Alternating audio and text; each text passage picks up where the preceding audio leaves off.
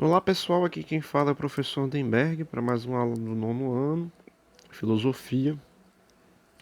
Vamos dar continuidade, né?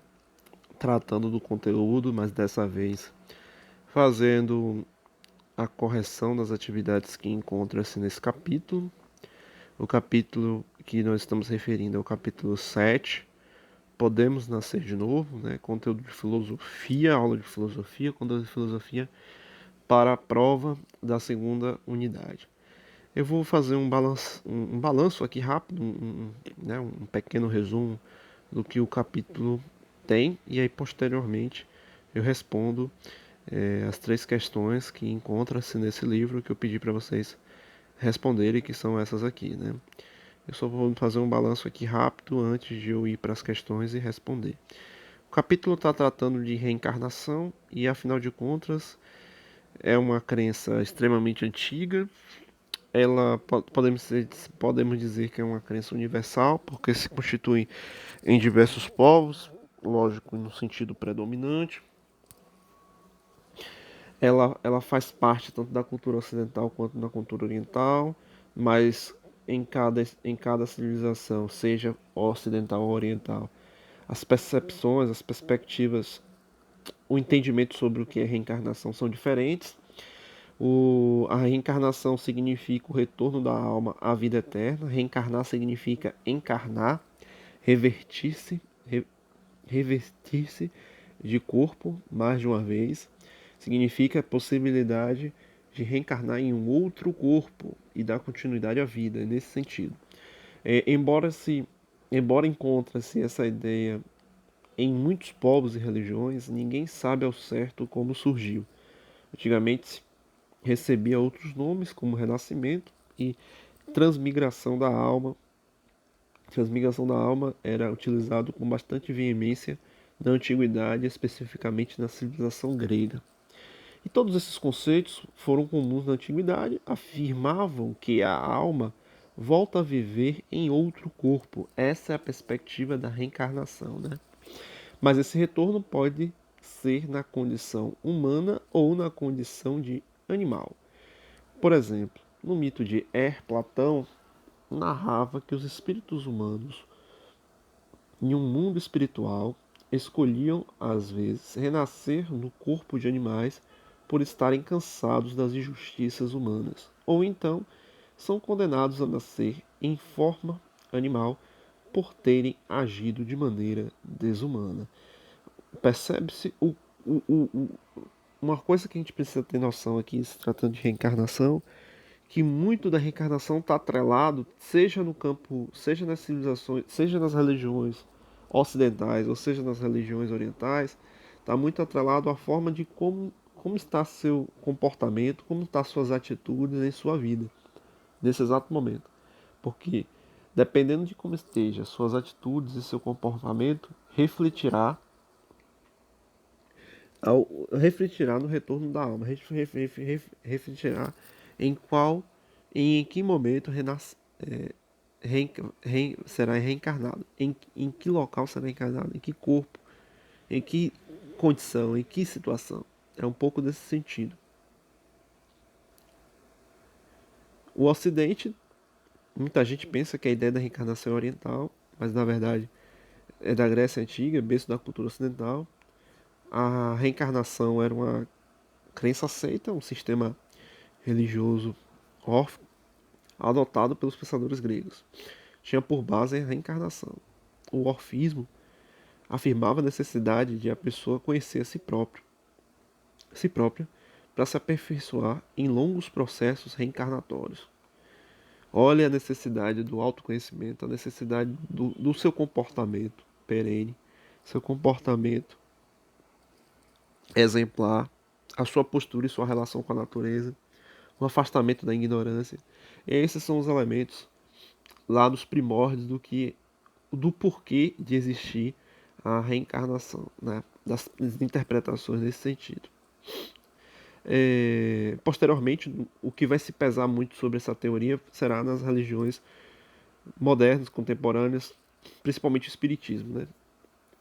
Na tradição oriental, na tradição ocidental, o espiritismo de Allan Kardec fundamentada em suas ideias na teoria das vidas sucessivas, o aperfeiçoamento dos espíritos se dá por seu trabalho e sua boa vontade, e quando chega à perfeição, após longo tempo de ciclos reencarnatórios. Não necessita mais voltar em um novo corpo, exceto por escolha própria, para ajudar o progresso dos outros espíritos. Para os espíritas, porém, a reencarnação só se dá em corpos humanos, jamais em corpos animais. Vamos agora entender no Oriente quais são essas perspectivas, né? A crença da reencarnação é fundamental em muitas religiões orientais. Elas são fortes na Cabala, no judaísmo, shintoísmo no Japão, budismo também, e em budismo e hinduísmo também. Tanto no hinduísmo como no budismo, a lei do karma é muito importante. O bem e o mal que a pessoa faz determinarão de maneira em que condição ela virá em uma próxima vida. A aldeia do karma é um traço comum a todas as religiões reencarnacionistas. A forma de como você vai se comportar na Terra vai ser a forma de como se dará a sua reencarnação em outros animais ou outros seres vivos. Mas o karma não é a fatalidade absoluta. Segundo essas religiões, as pessoas têm liberdade para mudar as coisas. Pode agir no bem e melhorar seu karma, ou pode agir no mal e piorar a determinação kármica.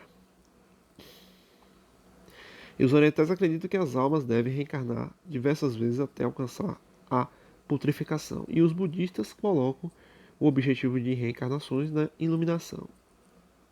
O objetivo das reencarnações na iluminação. A busca dessa iluminação determinará a felicidade em outra vida. E quando atingirmos o estágio de iluminados, não mais precisaremos nascer, exceto por escolha própria. Vamos lá para as questões, né?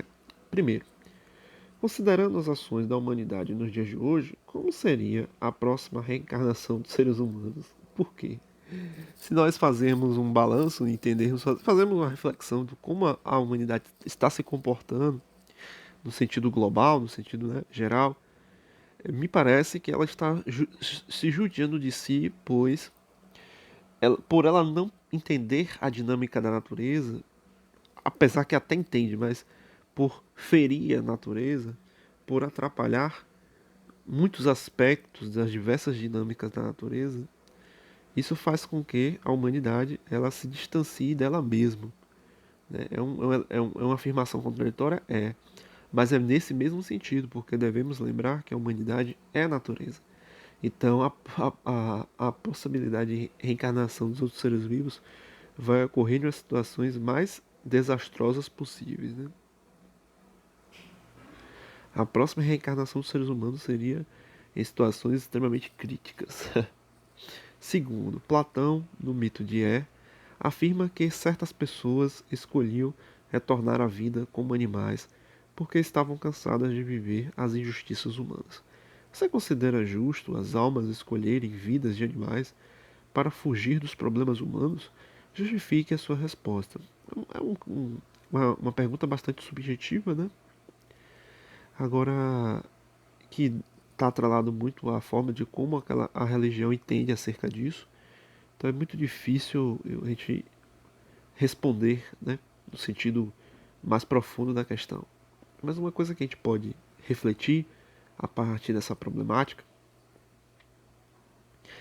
é que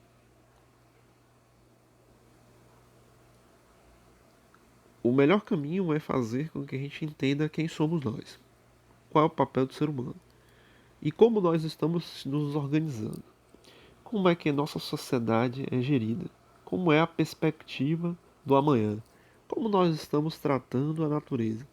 Essas reflexões são fundamentais, ao meu ver, para termos uma noção se é necessário nós darmos continuidade às nossas vidas ou fugirmos delas. É uma reflexão. Terceira questão. Algumas ideias são comuns entre as várias teorias da reencarnação. Cite duas ideias semelhantes. Algumas ideias são comuns entre várias teorias da reencarnação. Cite duas ideias semelhantes. O que há duas ideias semelhantes é que, me pare... tanto no campo ocidental quanto no campo oriental, o comportamento, a forma de como esse indivíduo ele vai se comportar na vida presente, vai refletir no seu processo de reencarnação. Se seu processo de reencarnação será em uma vida menos conturbada ou mais conturbada. Se assemelha muito também com a perspectiva oriental, a forma de como você se comporta, como você lidar com a vida, né, no sentido do karma, e no lado ocidental no sentido dos pecados, né, dos, do mau comportamento, da imoralidade, por aí vai. Outro elemento é de reencarnar em outro corpo, ter ciclos de vida, diversos ciclos de vida, da qual, em determinado momento, a partir do amadurecimento dessa alma, ela vai, vamos dizer assim, se libertar do ponto de vista ocidental e do ponto de vista oriental, iluminar-se, né? Partisse por nirvana. Então há semelhança nesses dois aspectos. Basicamente isso, pessoal. Finalizamos a aula de filosofia, a aula de correção, né, nesse sentido mesmo, básico. Então, até mais, um grande abraço a todos e se cuidem. Tchau, tchau.